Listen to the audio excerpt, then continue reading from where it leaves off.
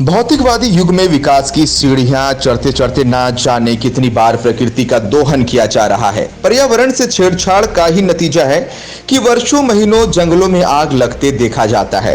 कहीं नदियां सूख रही है तो कहीं बाढ़ का प्रकोप, तूफान, बेमौसम बारिश, देश और दुनिया में अनेकों प्रकार की प्राकृतिक आपदाएं देखी और सुनी जा रही है। इन सभी आपदाओं का मानव जीवन में नकारात्मक प्रभाव पड़ा है। ईश्वर ने धरती पर मौजूद जल, जंगल, जमीन मानव सभ्यता एवं जीवन के लिए एक ऐसे प्राकृतिक व्यवस्था के रूप में हमें दिया है जिसके माध्यम से हम सभी लोग अपना जीवन यापन करते हैं। इन प्राकृतिक संसाधनों से छेड़छाड़ अथवा इनका दोहन करना जीवन के लिए खतरे की घंटी है।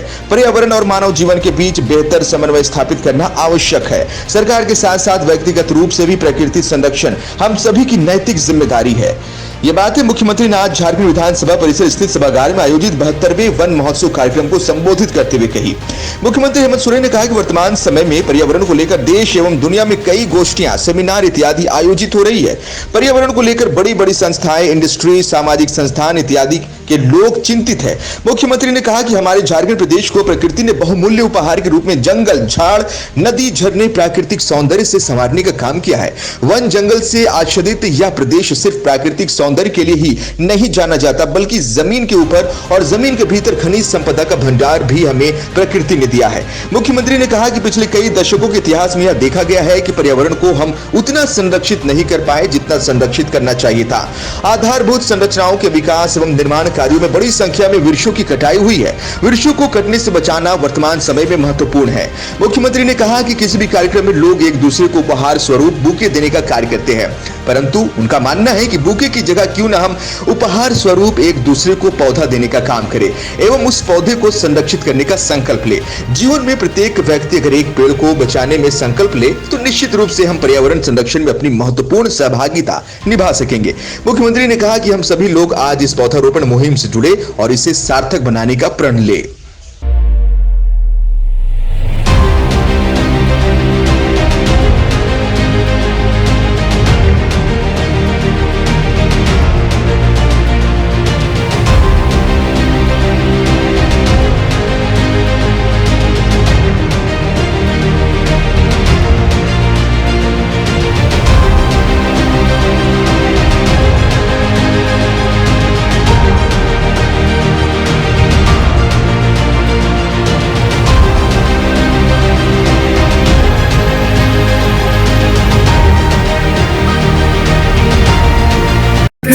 जो हमारा क्षेत्र है, मैं आज इस मंच से कुछ सुझाव देने की कोशिश कर रहा हूं। अगर वो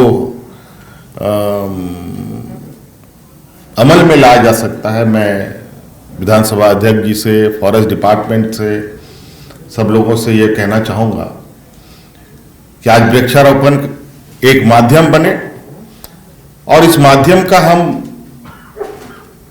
एक नया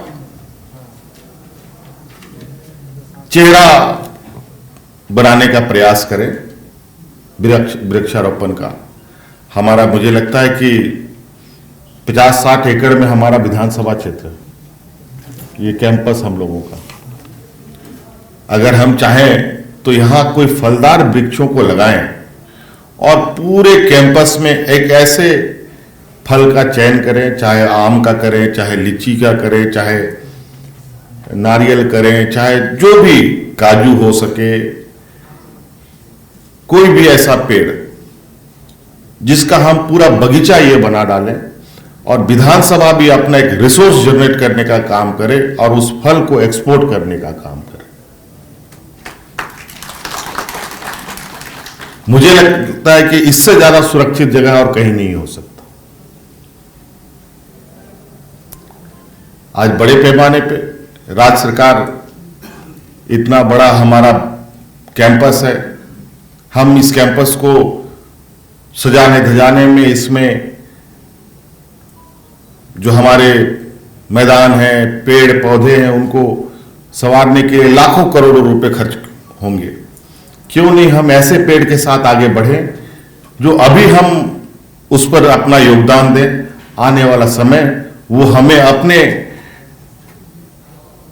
वृक्ष से इतना हमें सहयोग करे कि उस बगीचे को संवारने के लिए दूसरे व्यवस्था से फंड अर्जन करने फंड लेने की जरूरत ना पड़े, उस बगीचे से ही उतना फंड जनरेट हो जहां पर हम अपना आय का स्रोत या माध्यम बना सकें।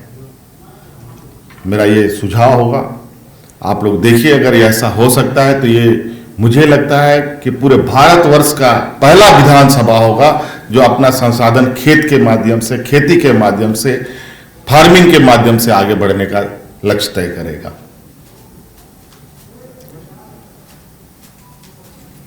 और बाकी जितने लोग यहाँ उपस्थित हैं, हम चाहेंगे कि सभी माननीय विधायक और माननीय यहाँ पर उपस्थित सदस्यगणों को आप लोग एक एक वृक्ष उपलब्ध कराएं जो अपने आवास में लगा के जाएं, और उसमें टैग भी ऐसा रहे कि जब तक वो पेड़ रहे, आदमी आता जाता रहे, उस व्यक्ति का टैग ये लगा रहे कि इस व्यक्ति ने ये वृक्ष लगाया है जो हम आज तक देख रहे हैं।